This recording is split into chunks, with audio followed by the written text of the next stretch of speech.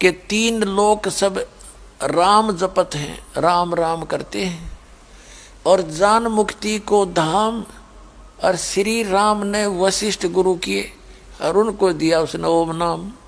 देखो अकल।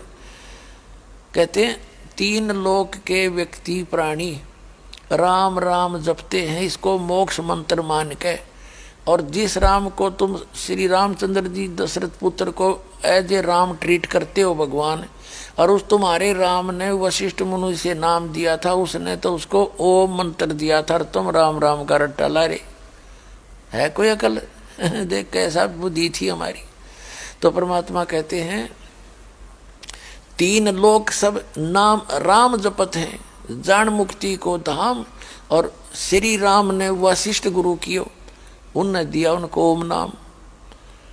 तो कहने का भाव ये है कि जो साधना आप करते हो उसका एक प्रॉपर वे है, और उस वे के बिना आप करते हो तो वो आपकी शास्त्र विधिता का मनमाना आचरण है। उससे गीता जी के अध्याय नंबर 16 के श्लोक 23 और 24 के अनुसार आपको कोई लाभ होना ही नहीं। और गुरु पूरा हो, जैसे ये नकली गुरु हैं आज सब कथा करते हैं, उद्देश्य उनका माया ही होती है। तो पुण्यात्माओं, एक पंडित जी था, मनीराम नाम था ब्राह्मण का। एक नगर के अंदर धार्मिक से लोग थे कुछ, उसमें उसने कथा रख दी, भागवत कथा कर्या तो करें 7 दिन में, पर उसने रख दी 1 महीने की, इस उद्देश्य से कि रोजाना के 10 रुपये भी पूजा होगी तो 300 रुपये हो जाएंगे। उस समय की बहुत पहले की बात है।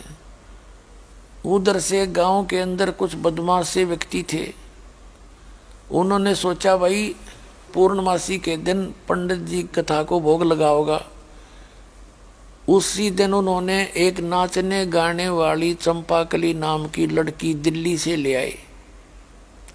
जिस दिन पंडित जी ने कथा का भोग लगाना था उसी दिन उन्होंने वो सांग करवा दिया, और नाचने गाने वाली ले आई लड़की, चंपाकली नाम था।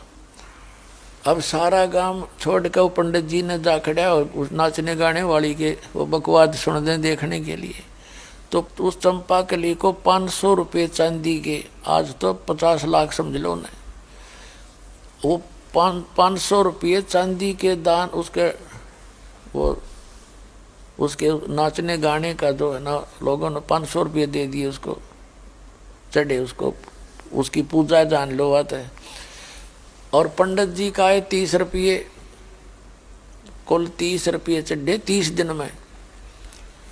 अब पंडित जी चल पड़ा वहां से अपना लागा भोग कोसता हुआ उन लोगों को के। तो वो पहुंच गया आदरणीय गरीबदास साहिब जी गांव छुड़ानी जिला जज्जर वाले के पास। उसने सुना हुआ था कि एक बड़े महापुरुष आए हुए हैं, तो संत भक्तों के पास बैठ के ही अपने दुख और सुख की चर्चा करना उचित समझते हैं। आदरणीय गरीबदास साहिब जी पूर्ण परमात्मा कबीर देव जी के शिष्य थे। परमात्मा स्वयं आकर के कबीर जी छुड़ानी में उनको मिले थे। गांव छुड़ानी में सचखंड सतलोक लेकर गए थे, वापस छोड़ा था।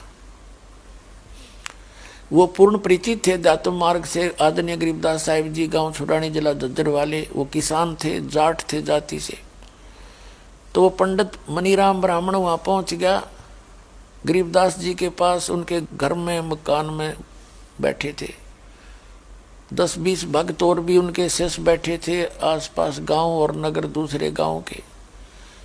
तो पंडित जी का वेशभूषा होती थी, माथे में तिलक, काख में पोथी और लाल सा एक दुपट्टा रखा करते परना सा। आओ पंडित जी, गरीबदास जी ने आदर सत्कार किया और कहा भाई महात्मा जी के महाराज जी को अलग से एक आसन दे दो।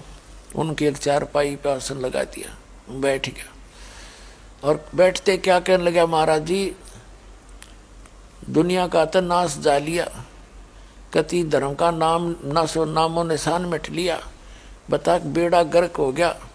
अब न्यू ना कह उसके लिए बन के रही है, न्यू ना बतावे।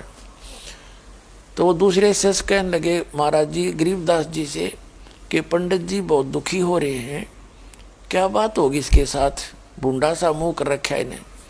तो गरीबदास जी तो अंतर्यामी थे, वो कहने लगे भाई फूटी ज्ञान विवेक की, अंधा है जगदीश, कहते चंपाकली के 500 और मनी राम के 30। इसने यो रोड़ा पड़ रहा है।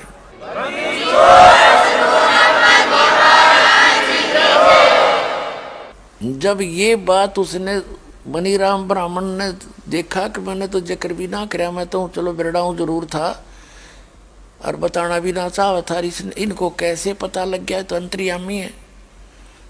पहले कोई मोबाइल भी ना था, किसी ने फोन कर दिया वो। हाँ, पैदल भी 3-3 दिन में पहुंचा करते। तो मनीराम जी ने चरण पकड़ दिए उठ के, ने बोला महाराज आपने कैसे पता चला। गरीबदास जी बोले बैठ जा, पंडित जी सुनाऊं तेरे थी 2 वचन। कहने लगा तेरे तो चंपा के लिए अच्छी अपना कुछ हुनर तय करके वा लेगी, और तू डबोन लाग रहा जाते मार्ग पे, वह तो सरियाम बकवाद करे सब ने बेरा ढेडनी है, बुढ़ा मरो तो कोई मरो कुआ में पड़ के, और तुझे ब्राह्मण जान के, तुझे परम संत जान के तू दुनिया का जीवन नाश कर रहा है। जब कहाँ गए थे ये ब्राह्मण, जिसमें राजा परीक्षित को डसना था 7वें दिन सर्प ने, और सब ने हाथ खड़े कर लिए थे, हम कथा नहीं सुना सकते, हम योग्य नहीं है, इंक्लूडिंग वेद व्यास जी जो राइटर ऑफ द सुधा सागर, उसने भी कह दिया था मैं योग्य नहीं हूँ इसके, क्योंकि 7वें दिन परिणाम आना था और बेइज्जती होनी थी उसकी सरेआम। तो सारे पीछे नट गए। तो स्वर्ग से सुखदेव ऋषि बुलाया गया था, अरीब तब उसने जितना लाभ मिलना था उससे मिला, पृथ्वी वाले उन ब्राह्मणों से, उसके पाठ करना तो उसको भी नहीं होना था। अरीब तुम कि कोई भी हुआ वो एक आँख में पोथी टांगे हो गया, मैं भी ब्राह्मण हो गया, मैं गुरु हो गया, कथा कर दूंगा। तुम सबसे बड़े दुश्मन हो समाज के, और अपना कर्म बिगाड़ लिया तेने। तो अपना सुधार कर, भक्ति कर, हमारे पास वो साधना, तो भक्ति करेगा, तेरे घर बैठे भगवान मौज कर देगा, और धंधा कर ले, क्यों इस पाखंड में पांदे रहा, नरक ढूंढ लग रहा।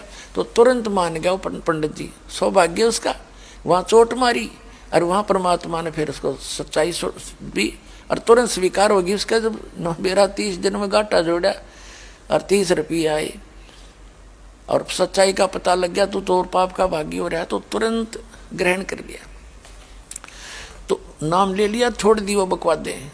तो पुण्यात्माओं के जितने संत हैं, महंत हैं, आचार्य और शंकराचार्य हैं, ये जीव के सबसे बड़े दुश्मन है, क्योंकि इनके पास वो मार्ग ही नहीं है, ये अधिकारी नहीं है, इतने अनमोल जीवन को बर्बाद करे।